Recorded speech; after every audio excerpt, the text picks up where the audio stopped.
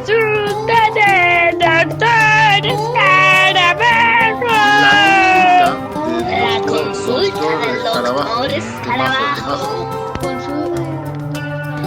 consulta del doctor Escarabajo, dígame. La consulta del doctor Escarabajo. La consulta del doctor Escarabajo. La consulta del doctor Escarabajo. La consulta La del doctor consulta del doctor Escarabajo. La consulta del doctor Escarabajo.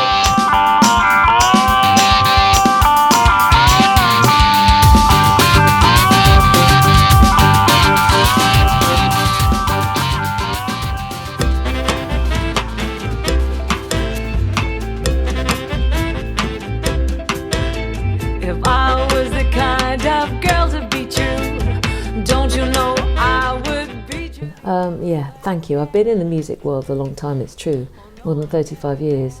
I'm not actually solo. I'm only performing with bands really, apart from the odd guest appearance. So my debut LP was actually about 6 or 7 years ago. Called Aisha Diction on El Toro Records, and last year we released the Magnificent 12, which was my collection of duets with some of my favourite current contemporary roots music singers. My song Medusa, yeah, that's not my song. I don't know whose song that is. I wish that was my song. I'd love to get one of my songs in a Netflix TV series. So if you've got any contacts, let me know. I'm not sure what song that is. I was trying to find it. I really, really wish it was me. Please don't call me up on the phone. I can't make it through the day. Well, I'd say the first thing, I think it really helped to crystallise what we all wanted, and a lot of people focused on, people did a lot of very individual things, and because creative people are creative, they found other ways to make music, and I started to learn to play music, and I did a lot more songwriting. I think that was a period of real reflection for me, and it was a really productive period for songwriting. On the minus side, I'd say that it took away a lot of venues, it took away a lot of opportunities. I'd not long come back to music after taking about 15 years off to raise a family, and I'd come back to music and I was just starting to find my feet again, and then it all just went, so it was a massive shock, but you know, so many of us, we just didn't give up, we just kept going, we just kept kind of writing music at home and trying to find ways to perform them online, and we did lose a lot of venues though. That's really noticeable. We lost a lot of great grassroots music venues, and that did hurt when we came back. Well, initially when we came back, there was a big flurry of people putting on gigs because everyone hadn't been to live music gigs for so long, and they were so desperate to hear live music. But then when that petered off, and you could see the damage that had been done to so many venues and so many kind of projects. So yeah, good and bad really. I know I can't win. I'm laying down we are in an eclectic era, but at the same time it's actually quite restricted in some ways, because it's a really digital age. And I find more and more that people are not experiencing live music in the same way that we did when we were younger. We don't have the opportunity to hear live music because venues have closed, and people don't spend. I feel like people don't prioritise spending money on seeing live creative art, and I have people. Some of the venues I play in, I have young people coming along, and younger people who've never heard this kind of music, and they're really kind of amazed by it. They talk about things like immersive experiences, and they talk about jazz and blues, and wow, and I've never seen a band like this before. And actually there are so many of us, and it's just live music. It's just great old-fashioned honest live music, with rhythms, and with a power that drives you in the way that a bunch of musicians that can play coming together on a stage with a great song. There's no substitute for that. And I have to say, I don't know what's going to happen with AI, but it fills me with fear, because it's just another way to take away creativity. It's just another way to take away something from creative artists and real organic creativity. So I don't know, I'm not feeling that positive about this time that we're living in, but we just keep trying, because what else can we do?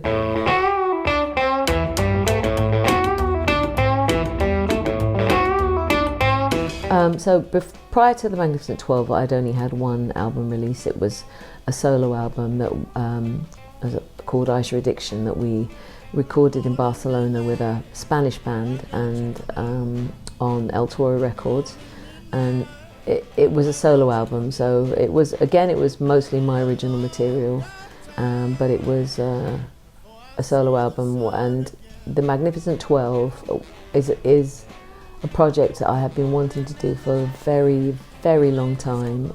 When I was very young, I was listening, they re-released a compilation called Ella and Her Fellas, which was a collection of Ella Fitzgerald doing recordings with various people like Louis Armstrong and the Ink Spots, and I loved that album. I played it to death. I just played it and played it.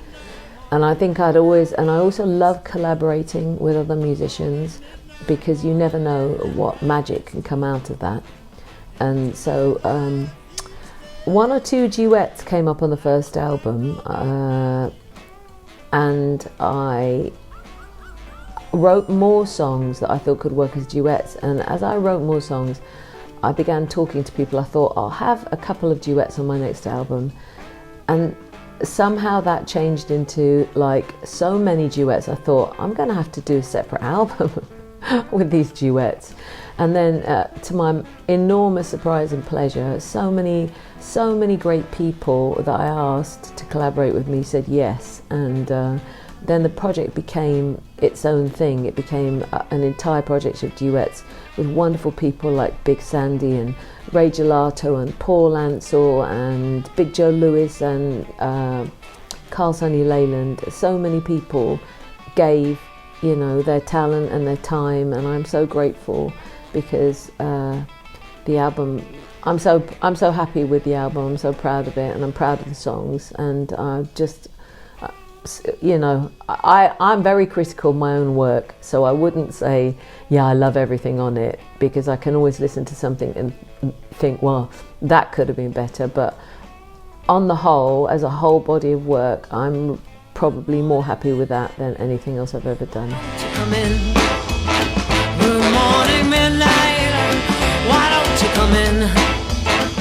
Yeah, I got asked by Hans de Ville to add some vocals to this, because his band is part of a great little label in the south of England called Property of the Lost, who do some really cool things, and I really like what they do, and I like the guys. And so they asked if I would sing on something, collaborate with them, because they want to bring a lot of different things into the mix. So Hans de Ville used to sing with a great ska punk band called King Prawn, and A Solomon is actually a cover of one of those songs, but we wanted it wasn't. I'm actually just singing on this one, so it's not my project, but I always like to stretch myself, and I like to, I like new challenges. And Hans and Property of the Lost are such great guys to work with that it was a pleasure to sort of be part of it. And it's a much different style from the kind of thing I normally do. So that's always really interesting.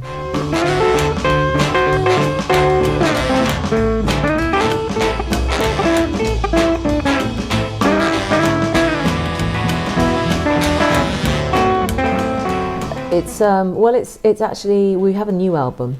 We have a new album coming out. Oh, it just came out on Monday, again on Folk Records on vinyl, and it's called 7 Shades of Blue. So I'm looking at that now. Magnificent 12 is behind me now, and that's a solo Aisha Khan and the Rajahs album, and we'll be touring in Spain from next Wednesday, from the 9th to the 13th of April, and we're going to take in 5 different cities: Segovia,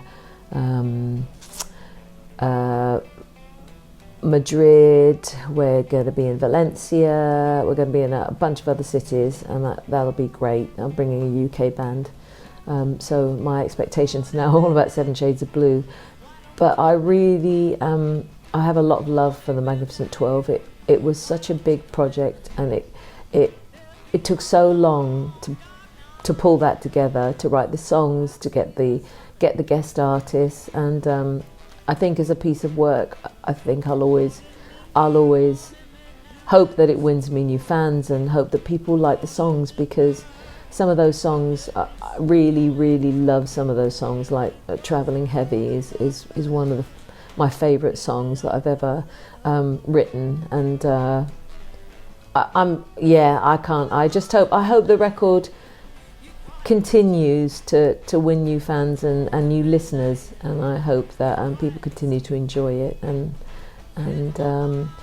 I'd even hope that someday other people will cover those songs, or some of them, because I always really enjoy it when people do something different with one of my songs.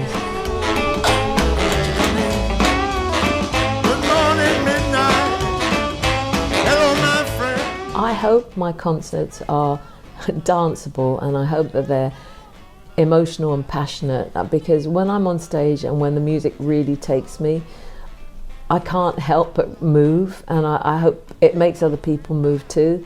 It's very, you know, I am quite a strong female forward person, and I always feel like those gigs with women at the front, especially when I've collaborated with other women on other events and occasions, they can be quite powerful, and so they're usually quite humorous, and usually groovy, and I hope danceable and fun, and I find it really important to try and connect with the audience, and it's more challenging if I'm in a different country where English isn't the first language, but I always try and connect with the audience, and for me it's a good gig if I manage to do that, and if I see people smiling and dancing.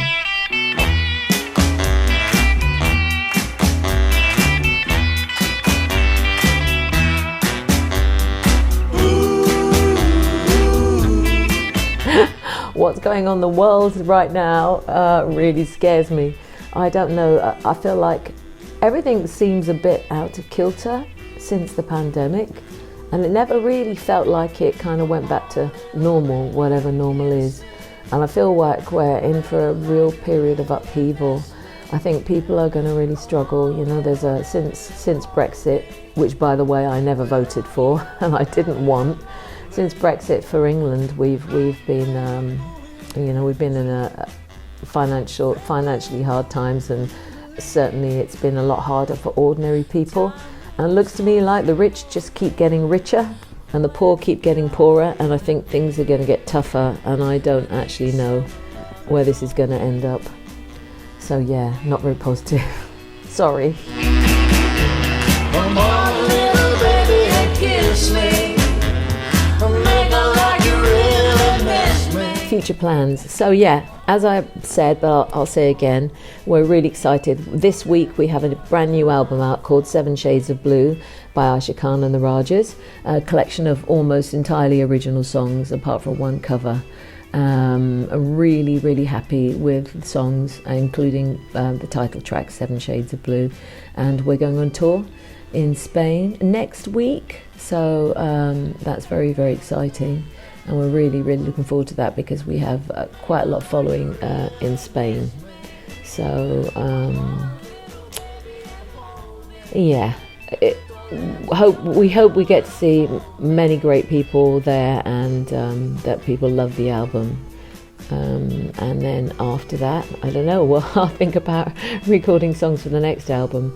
Also, I've been working on some songs for a country Americana project called Grace Under Fire, and which is completely different from Aisha Khan and the Rajahs, and I'm looking forward to starting that project and recording with that and starting to do some gigs with that.